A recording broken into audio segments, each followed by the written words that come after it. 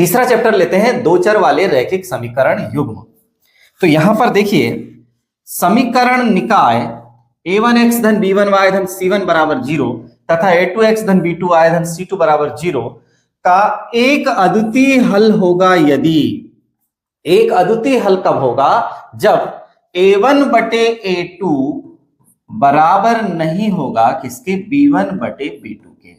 ये एक अद्वितीय हल की शर्त है बच्चों, अच्छी तरह से ध्यान रखेंगे।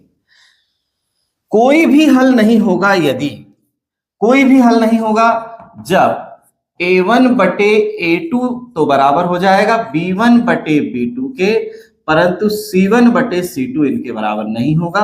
a1 बटे a2 बराबर b1 बटे b2 बराबर नहीं c1 बटे c2। इसी प्रकार अनंततः अनेक हल होंगे या अपरिमित रूप से अनेक हल होंगे यदि तीसरी शर्त हो जाएगी हमारी a1 बटे a2 बराबर b1 बटे b2 बराबर c1 बटे c2। ये जो तीसरी शर्त होगी ये होगी अपरिमित रूप से अनेक हल होने की शर्त। अब लेते हैं 22वें नंबर में क्या है, यदि एक समीकरण युग्म संगत है तो रेखाएं प्रतिच्छेदी या संपाती होती है। संगत के लिए प्रतिच्छेदी, यदि आपस में पहले समीकरण की रेखा और दूसरे समीकरण की रेखा दोनों एक दूसरे को किसी एक बिंदु पर काटेंगे तो एक अद्वितीय हल होगा। दोनों रेखाएं एक दूसरे के समांतर होंगी तो कोई भी हल नहीं होगा, और दोनों रेखाएं एक दूसरे के संपाती होंगी तो अपरिमित रूप से अनेक हल होंगे। ये रेखाओं से संबंधित शर्तें हैं बच्चों। तो यहां पर हमें ध्यान रखना है युग्म संगत कब होगा, जब रेखाएं प्रतिच्छेदी होंगी। आश्रित संगत कब होगा, जब रेखाएं संपाती होंगी। ये हमें ध्यान रखना है। 23वें नंबर में क्या है देखिए, 23वें नंबर में जब किसी समीकरण निकाय का कोई भी हल नहीं होता तब निकाय अनंत असंगत निकाय कहलाता है। असंगत कब कहलाएगा, जब कोई भी हल नहीं होगा यानी दोनों रेखाएं एक दूसरे के समांतर होंगी, इस स्थिति में निकाय असंगत कहलाएगा। इसकी पहचान हम बिना आलेख के कैसे करेंगे, असंगत निकाय की स्थिति में a1 बटे a2 बराबर b1 बटे b2 बराबर नहीं c1 बटे c2, यदि हमें गुणांकों का अनुपात इस तरह से प्राप्त होता है तो निकाय असंगत होता है। 24वें नंबर में देखिए रैखिक समीकरण ax धन by धन c बराबर 0 का आलेख एक सरल रेखा होता है। विशेष रूप से हम यहाँ ध्यान रखना है कि जब भी हम उसका आलेख खींचते हैं रैखिक समीकरण का तो वह आलेख एक सरल रेखा ही प्राप्त होता है। ठीक है बच्चों, आप बढ़ते हैं अगला। यहां पर 25वें नंबर पर क्या है, समीकरण x धन 2y बराबर 5 में यदि x बराबर 1 हो तो y बराबर 2 प्राप्त होता है।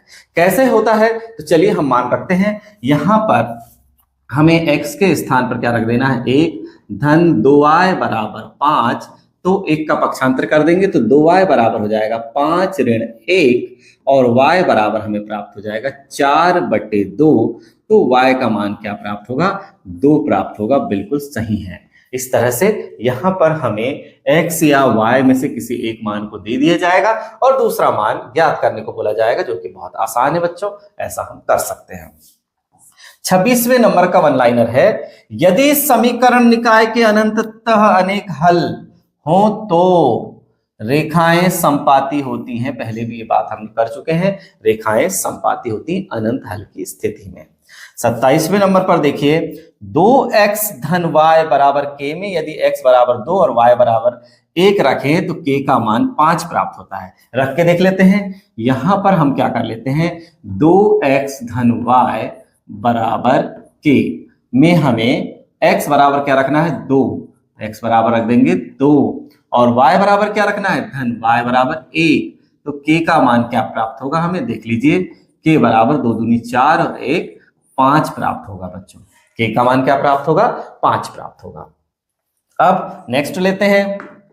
नेक्स्ट देखिए 28वें नंबर में दो चरों वाले रैखिक समीकरण के अपरिमित रूप से अनेक हल होते हैं। यदि दो चरों वाला रैखिक समीकरण है, मान लो ax धन बी वाई धन सी बराबर 0। अब एक ही समीकरण है, एक ही रैखिक समीकरण, दो चर वाले एक रैखिक समीकरण है। तो यहां पर आप x के अनेक मान रखेंगे तो y के अनेक मान प्राप्त होंगे, y के अनेक मान रखेंगे तो x के अनेक मान प्राप्त होंगे। इसलिए हमने 9th में भी पढ़ा है कि दो चर वाले रैखिक समीकरण के अपरिमित रूप से अनेक हल होते हैं। 29वां नंबर देखिए, दो चरों वाले रैखिक समीकरण युग्म का रेखाओं के आधार पर हल। जो रेखाओं के आधार पर हल क्या होगा, कैसी रेखाएं प्राप्त होंगी तो क्या हल होगा, अभी हमने थोड़ी देर पहले बात किया है। तो देखिए उसमें रेखाओं के आधार पर हमारा हल कैसे होगा। तो देखिए यहां पर सबसे पहले पहला नंबर, यदि दोनों रेखाएं प्रतिच्छेद करें तो समीकरण निकाय एक अद्वितीय हल होगा। यदि दोनों रेखाएं कैसी करेंगी, प्रतिच्छेद करेंगे, दोनों रेखाएं प्रतिच्छेद करेंगी तो समीकरण निकाय अद्वितीय हल होगा।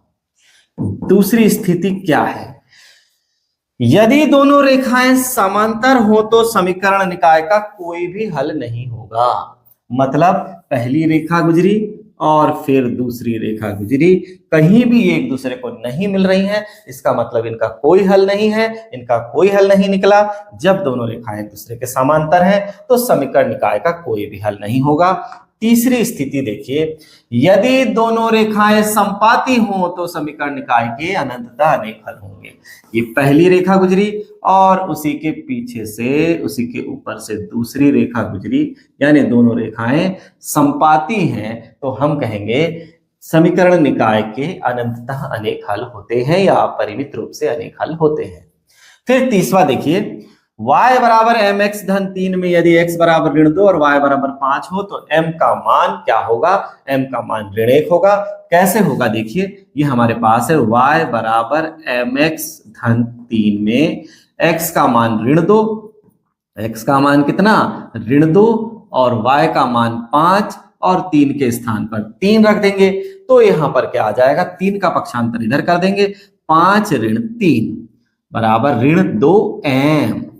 तो m बराबर 2 बटे ऋण 2, तो 2 एकम 2, तो m बराबर कितना आ जाएगा, ऋण 1। इस स्थिति में m बराबर ऋण 1 प्राप्त होगा।